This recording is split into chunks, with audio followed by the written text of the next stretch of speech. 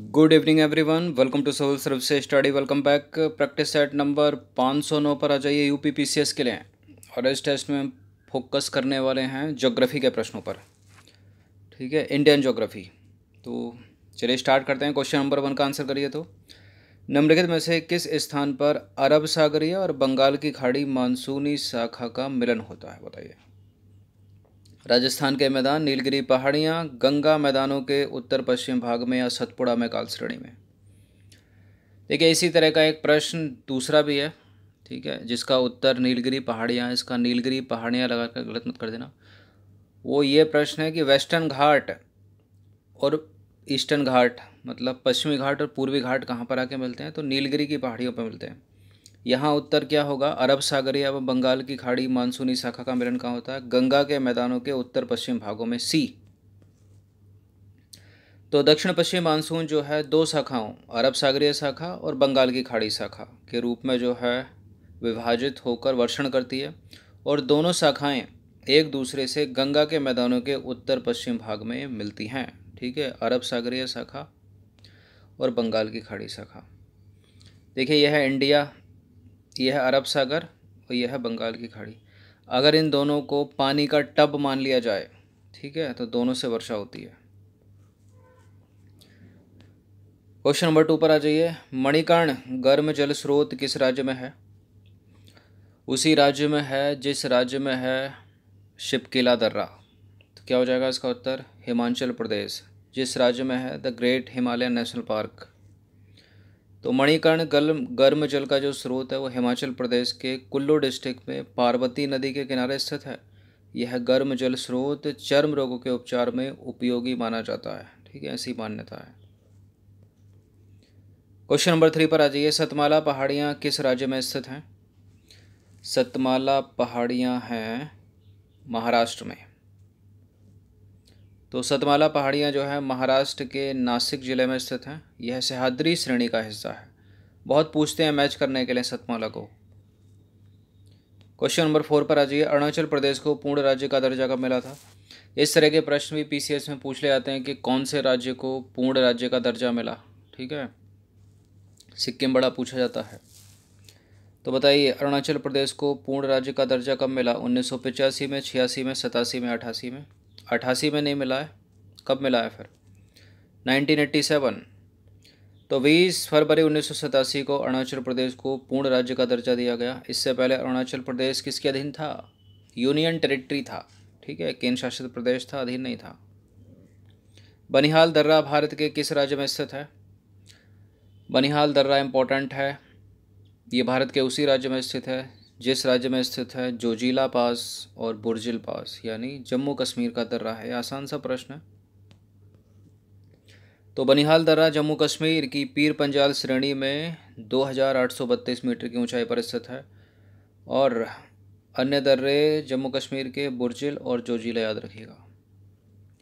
Number 6 पर आ जाइए। गंगा की मुख्य शाखा को बांग्लादेश में किस नाम से जाना जाता है? देखिए, भारत से जाती है गंगा, बांग्लादेश में पद्मा के नाम से जानी जाती है। ऊपर से आती है ब्रह्मपुत्र जमुना के नाम से। दोनों मिलकर मेघना के नाम से गिरती हैं बंगाल की खाड़ी में, बांग्लादेश से होते हुए। तो फिलहाल भी है इसका उत्तर। तो गंगा नदी को बांग्लादेश में पद्मा के नाम से जाना जाता है। और इस पद्मा शाखा की लंबाई 120 किलोमीटर है। और बंगाल की खाड़ी के निकट यह जमुना नदी में मिलकर मेघना कहलाती है। क्वेश्चन नंबर 7 पर आ जाइए। भारत में कायर उद्योग मुख्य रूप से किस राज्य में केंद्रित है? ये कायर, ये प्रिंटिंग मिस्टेक नहीं हुई है, कभी कुछ कापर सोच रहे हैं उसको, कायर ही है ये। किस राज्य में केंद्रित है? ये है केरल में केंद्रित। क्या होता है कायर उद्योग, क्या करते हैं इसमें? नारियल की भूसी से चटाई, रस्सियाँ, ठीक है, टाट, ये सब बनाते हैं। तो देखिए, नारियल फाइबर से बनी रस्सियों, डोरियों, चटाई इत्यादि, ये सब कायर उद्योग के जो है नाम से जाना जाता है, उसके अंतर्गत आता है। यह उद्योग नारियल पर निर्भर करता है।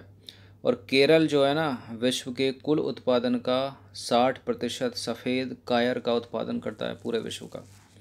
देखिए, कायर की उत्पत्ति मलयालम शब्द कायर या कायरू से हुई है। यह एक कड़े मोटे नारियल फाइबर एक पतले और बहुत लंबे ठोस पदार्थ के बाहरी भूसी से बना है। नारियल की भूसी से प्राप्त फाइबर रस्सी और चटाई बनाने में मुख्यतः प्रयोग किया जाता है। ठीक है, रस्सी और चटाई बनाने में। तो कायर उद्योग में कौन है भारत में टॉप पर? केरल। और विश्व का 60% सफ़ेद कायर का उत्पादन केरल से ही होता है।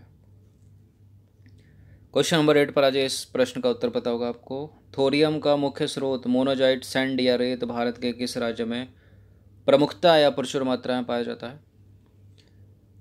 तो देखिए, केरल की जो मोनोजाइट सैंड है उसमें थोरियम के प्रचुरतम भंडार हैं। C, B है इसका उत्तर। तो केरल राज्य में मोनोजाइट सैंड प्रमुखता से पाया जाता है। थोरियम का जो उपयोग है वो नाभिकीय संयंत्रों में ईंधन के रूप में किया जाता है, जैसे यूरेनियम का। क्वेश्चन नंबर 9 पर आ जाइए। निम्नलिखित में से भारत में ही उत्पन्न होने वाली सबसे लंबी नदी कौन सी है? अब जिसकी उत्पत्ति भारत में नहीं है उसको एलिमिनेट कर दीजिए।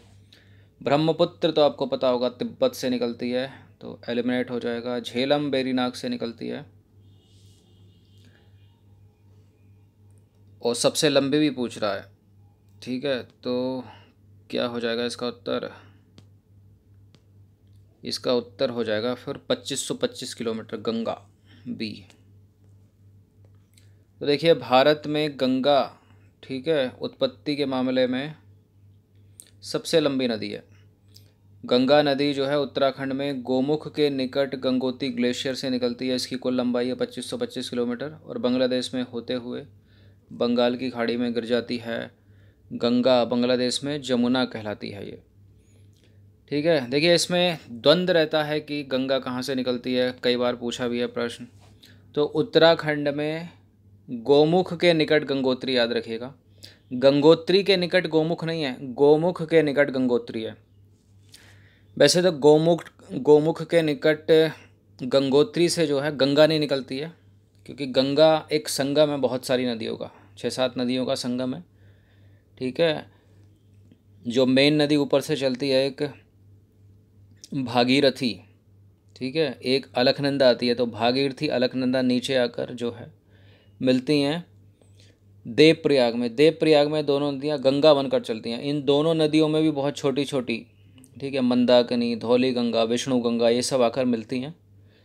तो गंगा जो है एक बहुत सारी नदियों का संगम है। तो फिलहाल इसका जो है गंगोत्री ग्लेशियर याद रखिएगा। क्वेश्चन नंबर 10 पर आ जाइए। निम्नलिखित में से भारत के किस राज्य की सीमा म्यांमार से नहीं लगती है? म्यांमार से नहीं लगती है, देखिए है इंडिया। अब यहाँ पर है त्रिपुरा, मिज़ोरम, मतलब यहाँ पर नहीं है, ये नॉर्थ ईस्ट वाला बनाना पड़ेगा। त्रिपुरा, मिज़ोरम, मणिपुर, नागालैंड, ऊपर अरुणाचल प्रदेश। अब त्रिपुरा को तीनों ओर से घेरे हुए है बांग्लादेश, तो तीनों ओर से बांग्लादेश घेरे हुआ है, ये प्रश्न भी कई बार पूछा है। तो और म्यांमार यहाँ फैला है, इसलिए बांग्लादेश जो है त्रिपुरा की सीमा म्यांमार से नहीं लगने देता। ठीक है, तो त्रिपुरा को एलिमिनेट कर दीजिए अगर ऑप्शन में है तो इसकी जो सीमा लगेगी वो मिज़ोरम से लगेगी, नागालैंड से लगेगी, मणिपुर से लगेगी, ठीक है, और ऊपर से अरुणाचल प्रदेश है इससे भी लगेगी। बीच में असम यहाँ रह जाता है तो इससे नहीं लगती है, ठीक है, और त्रिपुरा से नहीं लगती है। तो अरुणाचल से लगेगी, मणिपुर से लगेगी, नागालैंड से लगेगी, असम से नहीं लगती है। तो देखिए, भारत की म्यांमार के साथ जो है 1643 किलोमीटर लंबी सीमा है। ठीक है, म्यांमार के साथ अरुणाचल प्रदेश, नागालैंड, मणिपुर और मिजोरम की सीमा लगती है। नहीं लगती है तो ऐसे असम की नहीं लगती है, मेघालय की नहीं लगती है, त्रिपुरा की नहीं लगती है। मैप में देख लेते हैं इसको एक बार। तो ये देखिए ये है बांग्लादेश, ये यहाँ जो है फैला हुआ है और इसने घेर रखा है तीनों ओर से त्रिपुरा को। ये प्रश्न भी पूछा जाता है। अब ये रहा म्यांमार, तो मिज़ोरम से लग गया, मणिपुर से लग गया, नागालैंड से लग गया। अब ये ऊपर भी जा रहा है, यहाँ देखिए ये अरुणाचल प्रदेश है, इस साइड हो गया। अरुणाचल प्रदेश जो है असम को घेरे हुए है, तो असम की सीमा जो है नागालैंड और अरुणाचल प्रदेश असम को घेरे हुए, मतलब कवर करे हुए हैं, तो म्यांमार से नहीं लगने देते। तो कंफ्यूज करने के लिए या तो असम रखता है एग्जामिनर या फिर त्रिपुरा रखता है। ठीक है, मेघालय थोड़ा दूर हो जाता है, उसको नहीं रखता है। तो दोनों नहीं है, त्रिपुरा भी नहीं है, असम भी नहीं है, याद रखना ये चीज़। चलिए क्वेश्चन नंबर 11 पर आ जाइए। भारत की स्थलीय सीमा कितने देशों से लगती है, बताइए। देखिए प्रश्न इंपॉर्टेंट है, ठीक है। काउंट करने में हल्का भी उल्टा फुल्टा हो गया तो गलत हो जाएगा। तो काउंट करिए इधर से। पाकिस्तान से लगती है, अफ़गानिस्तान से लगती है क्या, लगती है छोटी सी। इस साइड आ जाइए, यहाँ जो है नेपाल फैला है, नेपाल से लगती है। तिब्बत है यानी चीन से लगती है। यहाँ है भूटान, भूटान से लगती है। ये बांग्लादेश है, बांग्लादेश से लगती है। और यहाँ हो गया म्यांमार, ठीक है, म्यांमार से लगती है। तो 1 2 3 4 5 6 7 से लगती है, ठीक है। तो 7 हो जाएगा इसका आंसर बी। तो भारत की कुल स्थलीय सीमा जो है वो है 15,106 किलोमीटर। इसमें 92 ज़िले और 17 राज्य शामिल है। भारत की स्थलीय सीमा पाकिस्तान, बांग्लादेश, चीन, नेपाल, ठीक है, म्यांमार, भूटान और अफगानिस्तान से लगती है। क्वेश्चन नंबर 12 पर आ जाइए। भूटान के साथ भारत के किस राज्य की सीमा सबसे ज़्यादा लंबी है, ये बताइए। ये कुछ थोड़ा दिमाग वाला प्रश्न है। असम, सिक्किम, अरुणाचल प्रदेश, पश्चिम बंगाल, कौन सा है वो। यहाँ है भूटान, ठीक है। इधर अरुणाचल है, असम है, ठीक है, सिक्किम भी लगा हुआ है ऊपर से। तो सबसे लंबी किसकी हो सकती है, सिक्किम की। देखिए सबसे लंबी है इनमें असम की, ठीक है। असम, अरुणाचल, पश्चिम बंगाल भी नीचे से जा रहा है। ये हो जाएगा इसका आंसर। तो भारत और भूटान की सीमा जो है 699 किलोमीटर है। असम की 267 किलोमीटर, उसके बाद अरुणाचल की 217 किलोमीटर, पश्चिम बंगाल की 183 किलोमीटर और सिक्किम की केवल 32 किलोमीटर सीमा जो है भूटान से लगती है। इस प्रश्न को और टफ कर दिया जाए तो इस तरह से बन सकता है कि भूटान के साथ सीमा बनाने वाले भारत के इन राज्यों को इनकी लंबाई के क्रम में घटते हुए क्रम में रखिए, ठीक है। तो असम पहला आएगा, उसके बाद अरुणाचल आएगा, फिर आएगा पश्चिम बंगाल, चौथे पर आएगा सिक्किम।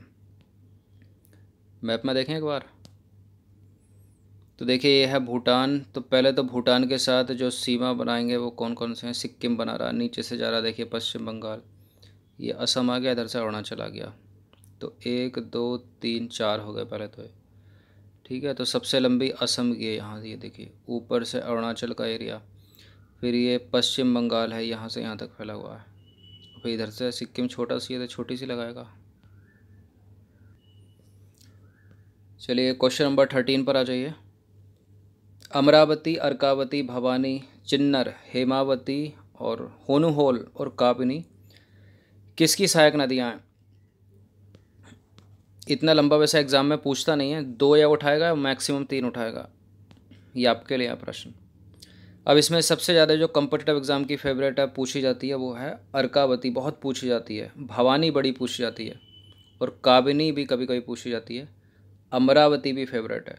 अधिकतर अर्कावती और भवानी, बताइए किसकी हैं ये भवानी जैसा नाम सुनकर, अर्कावती जैसा नाम सुनकर कृष्णा मत मार देना इसको, ठीक है। कावेरी की ट्रिब्यूटरी हैं सबकी सब। तो कावेरी की बात करें तो कर्नाटक और उत्तरी तमिलनाडु में बहने वाली एक सदा नीरा नदी है, ठीक है। यह पश्चिमी घाट के ब्रह्मगिरी की पहाड़ियों से निकलती है। इसकी लंबाई प्रायः है 800 किलोमीटर, ठीक है। दक्षिण पूर्व में प्रवाहित होकर कावेरी नदी बंगाल की खाड़ी में गिरती है। सिमसा, हेमावती, भवानी, हरंगी, नोइल, अमरावती, लक्ष्मण तीर्थ, कावेरी इसकी जो है मुख्य सहायक नदियाँ हैं, याद रखिएगा। ये लक्ष्मण तीर्थ भी इम्पोर्टेंट है, ये पूछ ली जाती है। क्वेश्चन नंबर 14 पर आ जाइए। भारत और बांग्लादेश के बीच फरक्का बांध विवाद जो है किस नदी के जल बंटवारे को लेकर है। किस नदी पर है फरक्का बांध जल विवाद। गंगा नदी पर, फेनी मत लगा दीजिएगा। तो फरक्का बांध जो है पश्चिम बंगाल के मुर्शिदाबाद में गंगा नदी के किनारे पर स्थित है। यह बांग्लादेश सीमा से लगभग 16.5 किलोमीटर दूर है। यह बांध 1972 में बनकर तैयार हुआ था। इस बांध से भारत में अधिक पानी जमा किया जा सकता है, जिससे बांग्लादेश में गंगा के पानी का कम बहाव होगा और बांग्लादेश की पानी की ज़रूरत पूरी नहीं हो पाएगी, ठीक है। इससे ही मुद्दा बनाकर जो है विवाद होता रहता है। क्वेश्चन नंबर 15 अंतिम प्रश्न है, राउरकेला और दुर्गापुर स्टील प्लांट की संकल्पना किस पंचवर्षीय योजना में की गई थी। यह प्रश्न कई तरह से पूछा जाता है। इस तरह से पूछ लेता है कि राउरकेला कहाँ पर है, दुर्गापुर कहाँ पर है, किस देश के सहयोग से स्थापित किए गए थे। अब संकल्पना जो हुई थी उद्योग, देखिए पहली तो कृषि पर रिलेटेड, दूसरी में आए थे उद्योग धंधे, तो औद्योगिक बी होगी दूसरी पंचवर्षीय योजना, सेकंड 5 ईयर प्लान। तो दूसरी पंचवर्षीय योजना का जो समय काल है 1956 से 1961 है। राउरकेला स्टील प्लांट की स्थापना एक जर्मन कंपनी की सहायता से 1961 में की गई थी और दुर्गापुर स्टील प्लांट की स्थापना 1956 में की गई थी। ठीक है, पहला दुर्गापुर बन गया था। दूसरी पंचवर्षीय योजना जो थी वो उद्योग पर केंद्रित योजना थी। औद्योगिक उत्पादों के घरेलू उत्पादन द्वितीय पंचवर्षीय योजना में प्रोत्साहित किए गए। तो राउरकेला पावर प्लांट बना, स्टील प्लांट बना 1961 में, ठीक है, जर्मनी के सहयोग से, और दुर्गापुर बना 1956 में, पहले बन गया था दुर्गापुर। दोनों के दोनों स्टील प्लांट याद रखिएगा। सेकंड 5 ईयर प्लान उद्योग से संबंधित थी, इंडस्ट्रियलाइजेशन। तो 15 प्रश्न थे ये इंडियन ज्योग्राफी के, इनकी प्रैक्टिस एक बार कर लीजिएगा। धन्यवाद।